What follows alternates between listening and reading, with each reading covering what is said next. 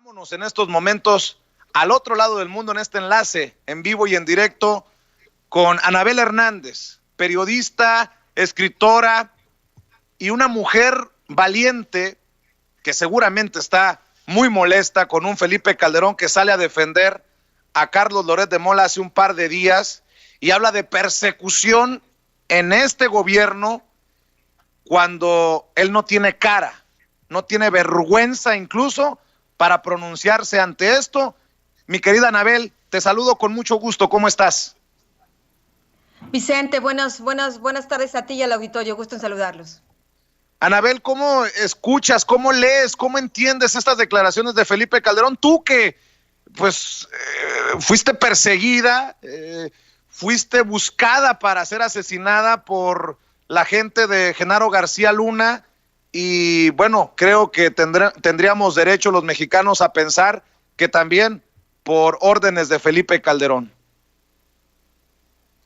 Mira, Vicente, yo pienso que antes que nada de seguir con estas polémicas iniciadas por este hombre pequeño, Felipe Calderón, porque es así como lo describen sus propios compañeros de partido, porque es así como lo describe el propio Carlos Castillo Peraza, que fue su mentor en el PAN, que fue el hombre a través del cual Felipe Calderón ingresa a ese partido. Bueno, antes de morir, Carlos Castillo Peraza escribió una larguísima carta donde describe realmente quién es este pequeño hombre llamado Felipe Calderón. Me parece que es momento de decirle a esta persona que los mexicanos tenemos memoria, que no solo no hemos olvidado la masacre de personas durante su gobierno, que no hemos olvidado la censura que han sufrido y que sufrieron en su periodo de gobierno tantos periodistas como Carmen Aristegui, que no hemos olvidado sus implicaciones en el fraude electoral que encabezó, en el financiamiento ilegítimo, ilegal, nunca aclarado de su campaña electoral, que no olvidamos los señalamientos en el juicio de Joaquín Guzmán Loera, el Chapo Guzmán, donde se asegura que le dieron millones de dólares de sobornos, que yo no olvido lo que me dijo el propio abogado de El Mayo Zambada, el abogado Gagiola, Fernando Gagiola, quien me aseguró contundente que el cártel de Sinaloa financió la campaña de Felipe Calderón y otros, pero estamos hablando de Felipe Calderón. Y no olvido tampoco, y no debemos olvidar, que esta persona que hoy pretende, no sé de qué manera, realmente es inexplicable para mí, de dónde una persona puede sacar la fuerza, el cinismo, para presentarse a la sociedad sin ninguna calidad moral. Deja tú para hablar de la libertad de expresión o la intolerancia o tolerancia, sino para decir cualquier cosa sobre México. Es un hombre que en vez de estar activo en el Twitter atacando políticamente a otros, debería expiar sus propias culpas y antes que nada, antes que cualquier otra cosa, pedir una disculpa a México por su traición a México. Debería explicarnos de por qué Edgar Valdés Villarreal, alias La Barbie, asegura que él encabezaba reuniones con narcotraficantes. Debería explicarnos por qué la muerte de su gran amigo Juan Camilo Muriño, cuál fue realmente la causa, la motivación de ese avionazo. Me parece que es momento de decirle a esta persona, basta. Eso es lo que pienso, que como ciudadanos, como mexicanos, como periodista, como memoria colectiva, como memoria histórica, estas personas quisieran que tuviéramos pues, la corta memoria que tiene una persona que un día se embriaga y que al otro día ni se acuerda lo que hizo. Nosotros sí nos acordamos, a lo mejor él puede no acordarse, nosotros sí nos acordamos de lo que hizo. Perdóname que te lleve a esos años, pero ¿qué es lo que más te lastima de aquella persecución en tiempos de Felipe Calderón, sobre todo en ese sexenio, Anabel, porque tu vida ha estado en riesgo desde que publicaste investigaciones y desde que publicaste libros, sobre todo México en llamas, los cómplices del presidente y todos estos que se han venido con los señores del narco, el traidor? ¿Qué es lo que más te duele cuando ves a un presidente, a un expresidente, pues tan desubicado, tan descarado, tan cínico? Bueno, un hombre tan perdido en un camino, ¿no? Que es un hombre perdido, debo decir, no desde que llegó a la presidencia de la República, Debo decir que es un hombre perdido desde hace muchos años. Desconozco la historia personal de su vida específica, de por qué este hombre ha vivido de esta manera, ha elegido esta ruta, pero hay varios testimonios y justamente es un poco ahí lo que quería recordarte a ti, al auditorio.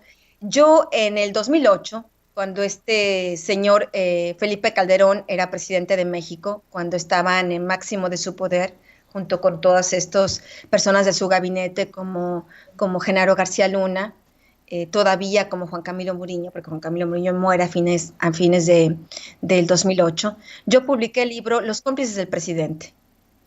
Y quisiera compartir con el auditorio las líneas que escribí. Estamos hablando del 2008. Es un libro que yo escribí en ese momento. Tuve la decisión, tuve el valor de hacerlo, independientemente de las repercusiones que esto pudiera tener, porque sabía que era importante que la gente supiera quién era este presidente. Estos señalamientos que voy a hacer no son señalamientos realmente en un afán de ataque personal, porque yo no soy de este tipo de persona. Pienso que cada persona tiene el derecho a su privacidad y tiene derecho a la secrecía de esta privacidad. Pero cuando son hombres de Estado que que toman la decisión de millones de personas cada día, me parece que cuando asumen esta responsabilidad de quiero ser presidente de la República, en automático en ese momento, todos estos temas personales que pareciera solo de su ámbito íntimo y personal, significan ya cosas públicas que tienen impactos. Yo recordarle al auditorio que justo después de que terminó el sexenio de Vicente Fox, o incluso semanas antes de que terminara su sexenio, yo publiqué la evaluación mental, la evaluación psicológica que le hizo el Vaticano cuando el presidente Fox estaba acercando la anulación de su matrimonio con su primera esposa, Lilian de la Concha, para poder contraer nupcias religiosas con su entonces vocera Marta Sagún. Y en este análisis psicológico basado en un diagnóstico que hace un psiquiatra al propio Fox en persona, no la distancia, le hace una evaluación, dice que es una persona incapaz de sentir ninguna empatía por ninguna persona. Es una persona incapaz de sentir cualquier tipo de afecto o de compasión o de sentimientos. Es una persona sin sentimientos. Y esto podría hablarnos de por qué el sexenio de Vicente Fox fue como fue y por qué las corruptelas de su familia, de sus hermanos, de sus hijastros, de su esposa, no le importaba nada, porque México no le dolía porque era un hombre incapaz de sentir nada. Esto es lo que dijo directamente el Vaticano en la evaluación psicológica practicada a Vicente Fox. Yo, por desgracia, la pude conseguir ya después, casi terminado el sexenio. Ojalá lo hubiera conseguido antes, porque seguramente hubiera sido de mucha utilidad a los mexicanos saber qué había dentro de la mente de este presidente de la República. Aprendiendo de esa experiencia, yo hice el examen y la investigación que tenía que hacer en su momento respecto a Felipe Calderón. Y lo que me encuentro es un hombre que tiene un carácter muy inestable, de acuerdo a toda la gente que le rodeaba, incluso a sus amigos. Hay largos pasajes que yo ya conté en mi libro Los cómplices del presidente en 2008, de cómo era este problema del alcohol de Felipe Calderón, y era un problema que arrastraba desde mucho tiempo antes, que se había agravado cuando él fue secretario de Energía durante el sexenio de Vicente Fox y que después continuó agravándose ya cuando él era presidente de la República. Quisiera yo leer algunas cosas porque la gente, incluso debo decir que es esta parte de los cómplices del presidente lo que tanto le indignó a Felipe Calderón. Ahí realmente es cuando el presidente empieza a querer hostigarme y hostigar de una u otra manera mi trabajo. Recuerdo cuando se publicó el libro Los cómplices del presidente, el presidente Felipe Calderón citó en su despacho a una persona que yo conocía, que era un amigo mío y que trabajaba en su gabinete. Y Felipe Calderón lo cita y supuestamente era con el pretexto para hablar de otras cosas y le saca mi libro y lo pone sobre el escritorio y le dice, mira lo que escribió Anabel Hernández. Y mi amigo dice, bueno, pues es Anabel Hernández, es la periodista, ha escrito otros libros sobre Vicente Fox. Y es ahí cuando Felipe Calderón pierde los estribos y le dice, ¿te parece que yo estoy borracho? Mírame, ¿te parece que yo estoy borracho? Mi amigo se le quedó viendo como diciendo, pues no lo sé, ¿no? ¿Cómo le explico? ¿Qué le digo, no?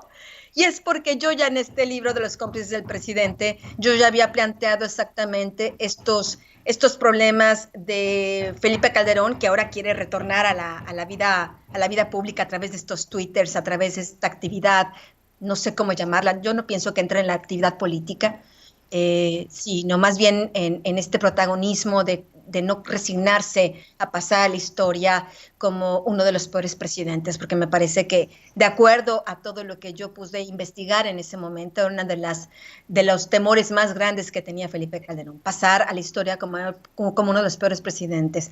Leeré un poco solo para recordar al auditorio quién es Felipe Calderón, este hombre que ahora acusa de corrupción y etcétera, etcétera, supuestamente por este video del hermano del presidente, ¿no? Sacado de contexto, etcétera, etcétera. Son temas apartes, ¿no? Y no dice nada respecto al caso de Emilio Lozoya, y guarda silencio, claro, porque él está ahí coacusado de acuerdo a las declaraciones del propio Lozoya. Bueno, este es el hombre que está tan activo ahora en las redes sociales y que intenta regresar a la vida política. Este apartado que publiqué en Los cómplices del presidente en el 2008 y que después es una de las motivaciones por las cuales la propia después Carmen Aristegui habla justamente de esta situación de presuntos problemas con el alcohol del presidente que le genera después toda esta censura de la que ella ya ha hablado y de la que todos saben. Bueno, este es el antecedente de esto. Este pequeño extracto de mi libro se llama La vida loca en los pinos. Es bueno dejar la bebida. Lo malo es no saber dónde. Todo con tequila, nada con refresco. Disfruta, come y bebe, que la vida es breve. Estas son algunas de las frases pintadas en los muros del restaurante preferido de Felipe Calderón, La Barraca, ubicado en Insurgente Sur, número 950, en el Distrito Federal, justo enfrente de la Secretaría de Energía, en donde despachó durante algunos meses en 2004. Ahorita que estamos en el tema de conflictos agrarios, a ver, ¿por qué no se echan un puño de tierra? Por lo menos a ver, que suene la banda, comentó Calderón en tono festivo el 2 de julio de 2008 en una gira de trabajo en Michoacán, su estado natal.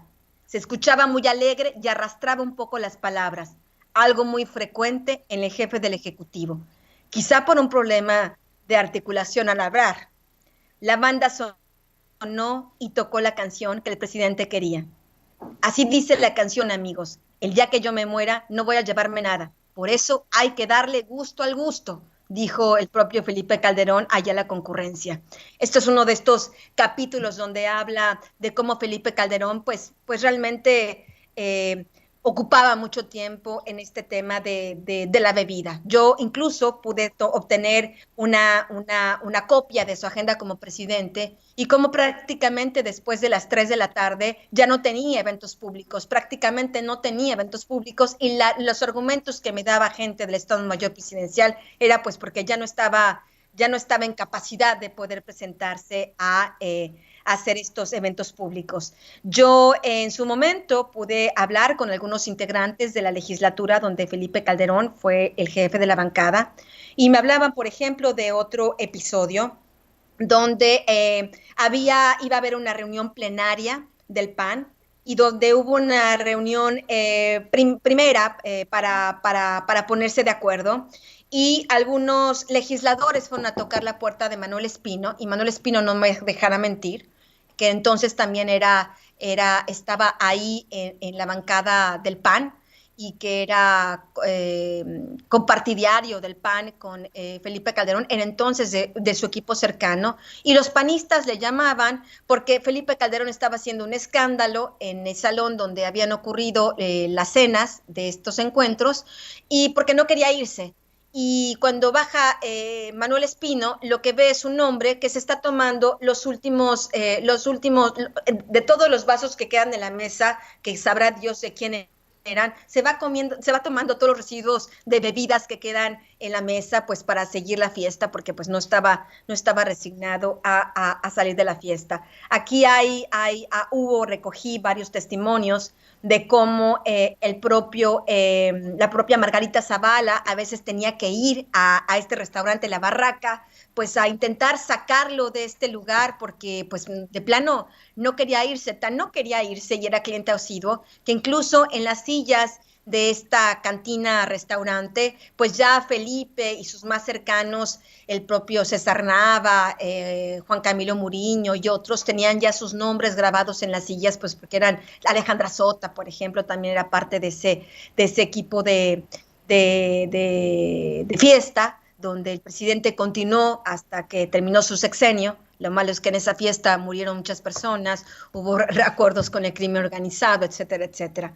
Entonces, yo quería hacer un breve recuento, un breve recordatorio.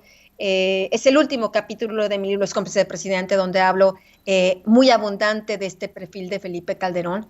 Y solo es para recordar quién es este hombre que hoy intenta regresar al poder, que critica censuras cuando era el primero en censurar. Estaba muy molesto por el contenido de este libro.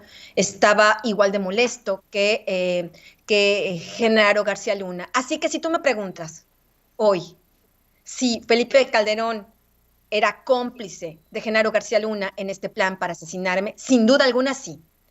Cómplice al menos en el sentido de que nunca lo detuvo. Nunca le paró la mano. Nunca hizo nada para evitar los ataques armados contra mí, contra mis fuentes de información. Al contrario, lo que hicieron, por ejemplo, es encarcelar infamemente, injustamente a Javier Herrera Valles. Ahora él mismo lo ha revelado hace pocos días, pero es así como ocurrió.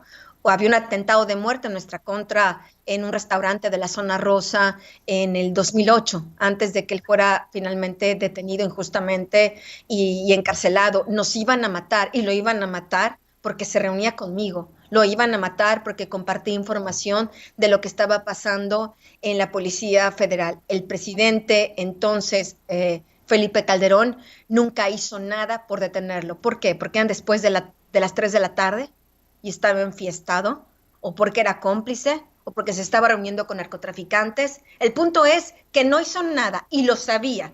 Lo sabía porque hubo diferentes gobiernos que emitieron diferentes cartas a la presidencia de la República, haciendo notar mi vulnerabilidad y estas amenazas de Genaro García Luna, donde obligaban al gobierno, al Estado, frenar este hostigamiento.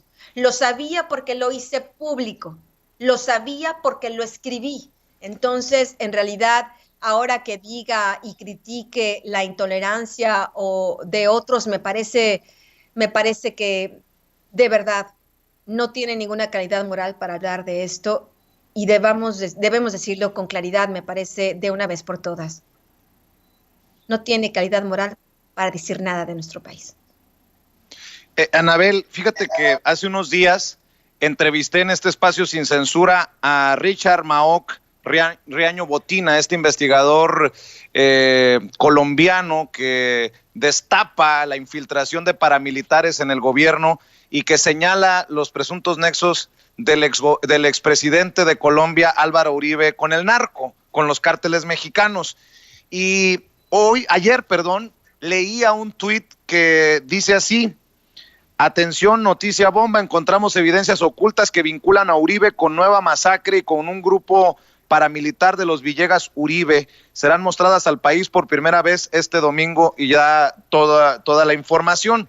Y te doy este contexto porque se me erizó la piel al leer esto de los pelotones o el pelotón de la muerte denunciado por un mayor del ejército que presuntamente formaba parte de este grupo de mercenarios y que se encuentra tras las rejas. Yo quiero preguntarte a ti, Anabel Hernández, ¿qué piensas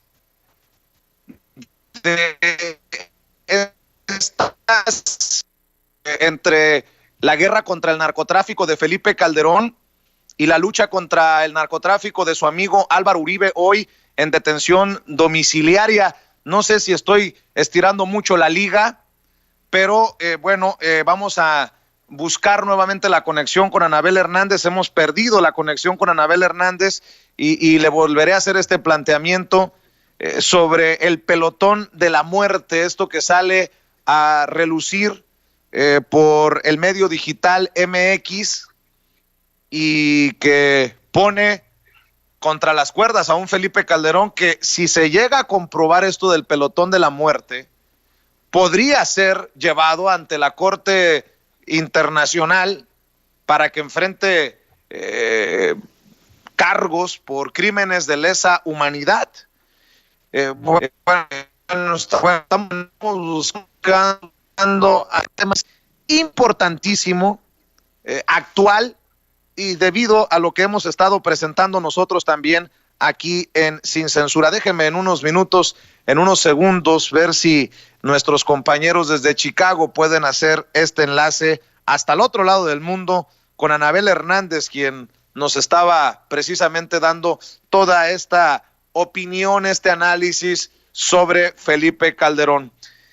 Bueno, déjeme también adelantar este planteamiento a Anabel Hernández sobre una renuncia en la Fiscalía General de la República. Pero, mi querida Anabel, ya que te tenemos de regreso, planteaba los, no sé si paralelos, pero yo sí veo similitudes que marcan la investigación de Richard Maok, de la infiltración de paramilitares, de los nexos de Álvaro Uribe, el expresidente de Colombia, con lo que hacía su amigo Felipe Calderón en México. Hoy que sabemos, hoy que denuncia desde la cárcel un mayor del ejército la existencia de un pelotón de la muerte en tiempos de Felipe Calderón. No sé si te has enterado de esto, mi querida Anabel, y no sé si quieras compartir tu opinión.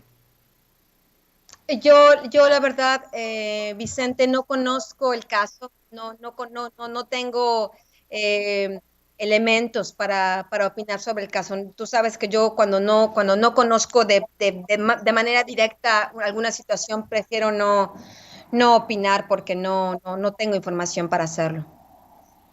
Bueno, pues estaremos investigando y esperando también que tú también estés al tanto de esta creación y función de un pelotón de la muerte del ejército en tiempos de Felipe Calderón. Déjame preguntarte entonces, si sabes si Roberto Andrés Ochoa Romero, quien acaba de renunciar como subprocurador de procedimientos penales y amparo de la Fiscalía General de la República, era uno de los tapones a los que te referías, era uno de los personajes de la red de protección de Genaro García Luna y sus secuaces.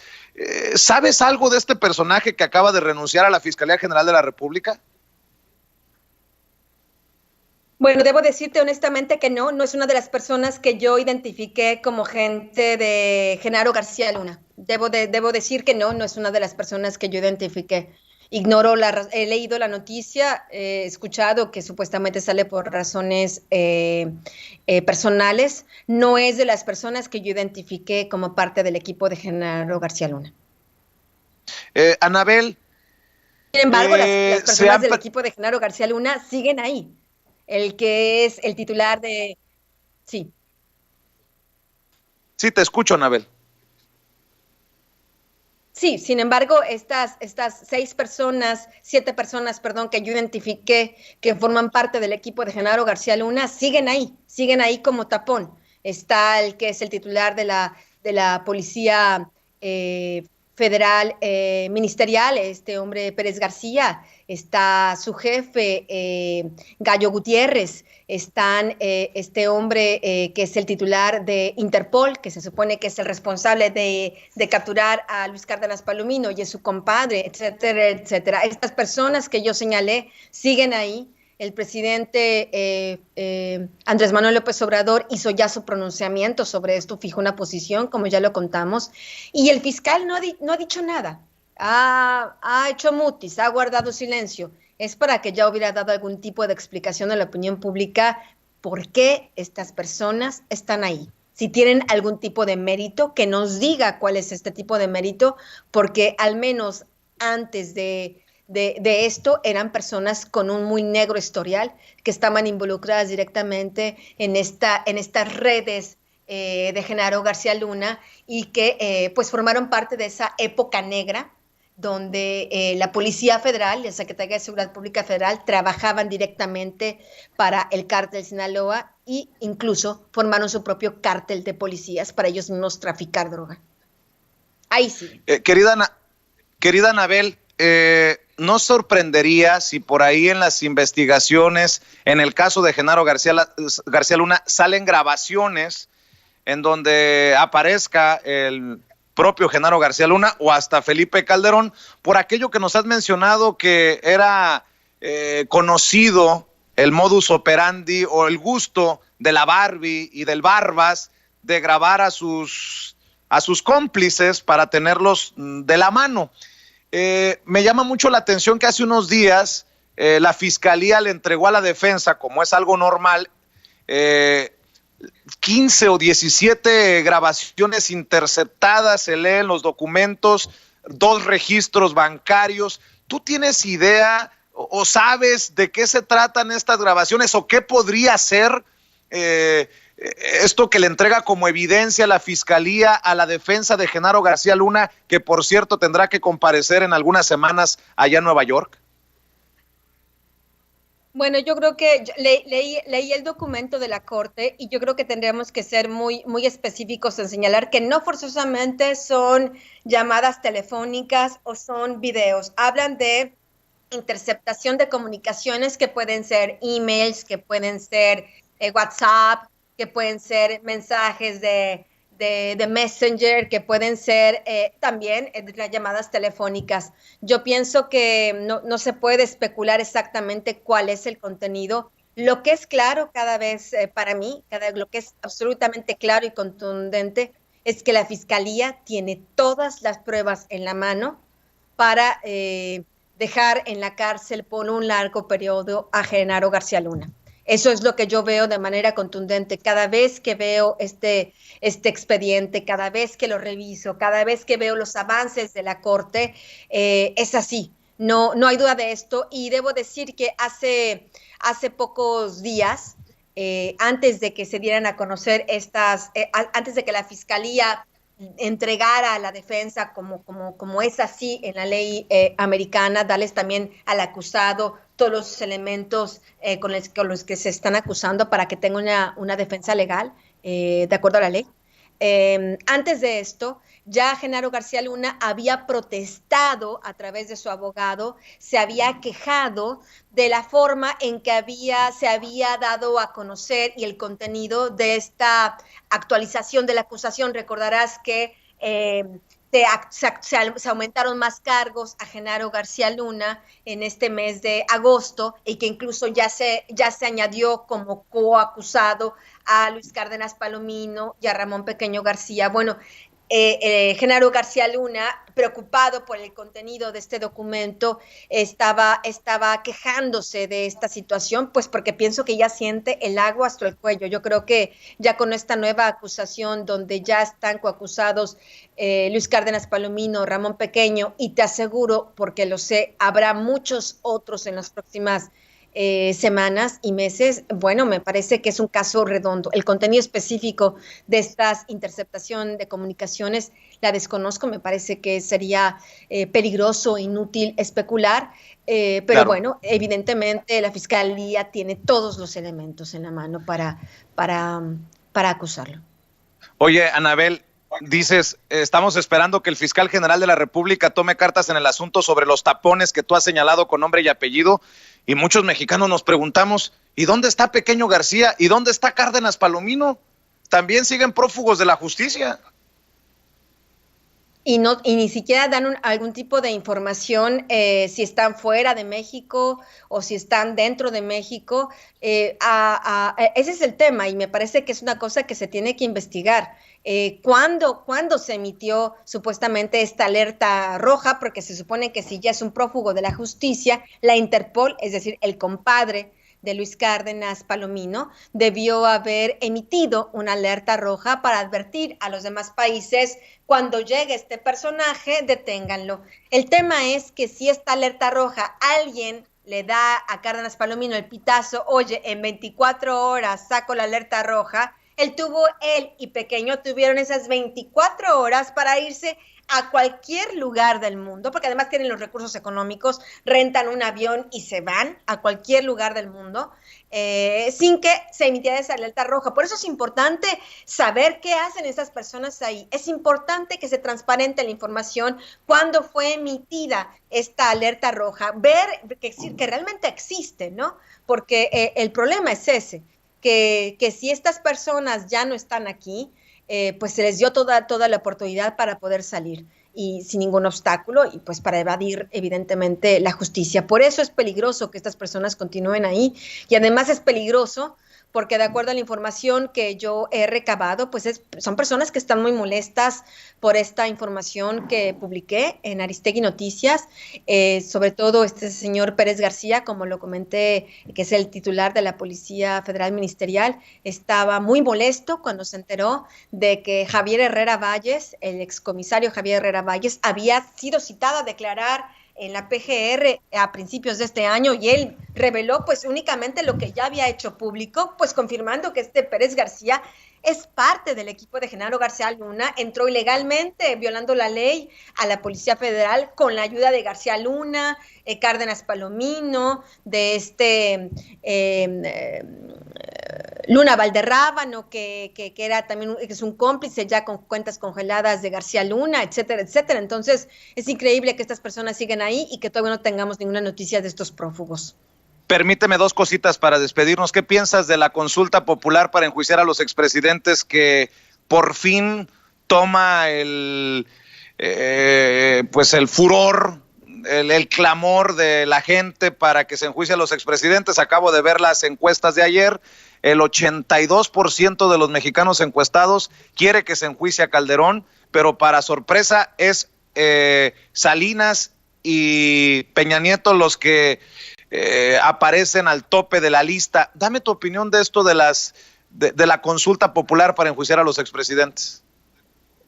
Bueno, más que mi opinión de la consulta popular, creo que es fundamental realmente enjuiciar el pasado de México, porque es la única manera que podemos sanar las heridas como mexicanos, que haya justicia y que los verdaderos, los que encabezaron estas masacres, esta corrupción, este saqueo, esta traición a México, paguen. Y yo me iría más atrás, me iría también con Zedillo, me iría con el propio Vicente Fox, que la gente se le olvida que él fue el que le abrió la cárcel a Joaquín Guzmán Loera, el Chapo Guzmán. Fue él el primero en que comenzó a proteger al cártel de Sinaloa. Las acusaciones de García Luna de estar trabajando con el cártel de Sinaloa no son solo del gobierno de Felipe Calderón, empiezan desde que estaba en la AFI con Vicente Fox. Un García Luna muy cercano a Marta Sagún, un García Luna que hablaba con los hijos de Marta Sagún y otros personajes de esta familia que pues terminó millonaria,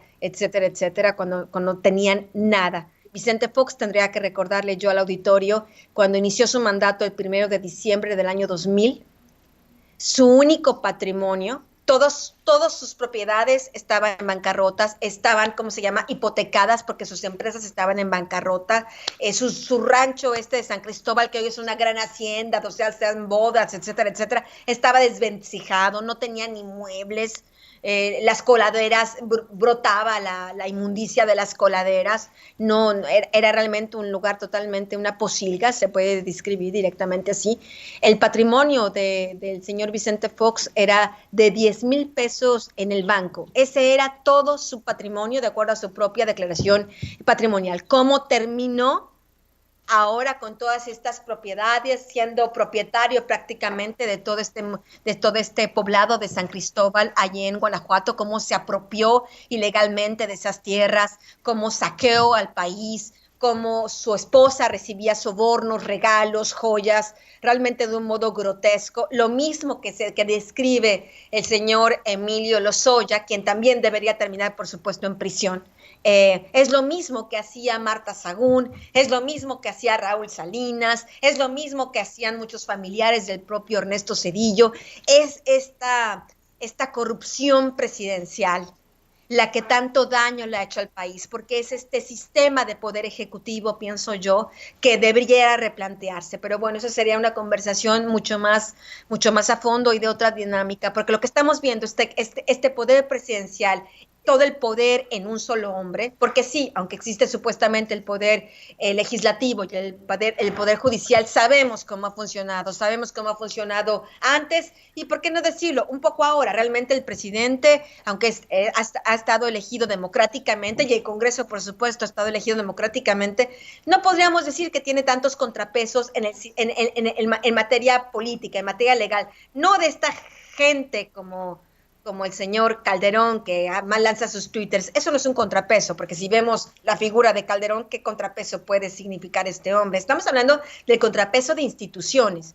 Cuando el poder recae en un solo hombre, tarde o temprano, este hombre es demasiado frágil para mantener la limpieza y la pureza, por decirlo de alguna manera, en su entorno. Entonces, lo que nos muestra este pasado en México es que estas personas deben rendir cuentas a la justicia, que quien le toque pagar con la cárcel y con la confiscación de todo su patrimonio tendrá que pagar con la cárcel y con la confiscación de todo su patrimonio.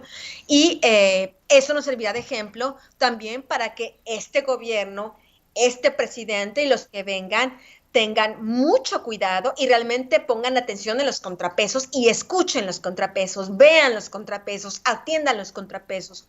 Y uno de estos contrapesos, por supuesto, es la libertad de expresión, que independientemente del gobierno que tengamos, es una cosa que estamos obligados a defender como periodistas, pero sobre todo como periodistas defender este derecho humano que tiene la gente de tener la información veraz y oportuna en el momento. Entonces me parece que sí, es importante hacer una limpieza en el pasado, pero también es importante aprender de esas lecciones y entender que este modelo en el que estamos es un modelo que ya está muy desgastado. Tenemos que encontrar un nuevo modelo político, un nuevo modelo de partidos políticos, de cómo limpiarlos, de cómo purificarlos, de cómo evitar que el dinero del narco entre, que el dinero de estas empresas como esta Verdrech esté financiando y comprando candidatos y diputados y presidentes y se compre a Pemex y se lo mete en el bolsillo, ¿no? Entonces, me parece que sí es importante esto porque nos tiene que llevar también a un replanteamiento mucho más a fondo y de largo plazo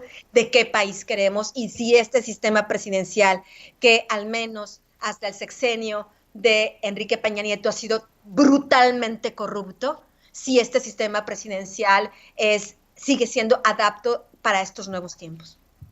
Y para cerrar, te indigna mucho, veo que te molesta mucho lo de Felipe Calderón y su insolencia, su falta de vergüenza, pero ¿no le agrega un toque de molestia más agudo el hecho que defienda a Carlos Loret de Mola, que fue el que ayudó con los montajes a García Luna y Cárdenas Palomino? Y no pretendo, la verdad te lo digo, no pretendo amarrar navajas, pero tú fuiste perseguida, tu vida ha estado en peligro, y tienes a un Felipe Calderón defendiendo a quien le hizo el caldo gordo a estos malandros acusados por el gobierno de Estados Unidos. Pues mira, yo creo que la gente también, como yo señalaba respecto al caso de Felipe Calderón, la gente tiene memoria.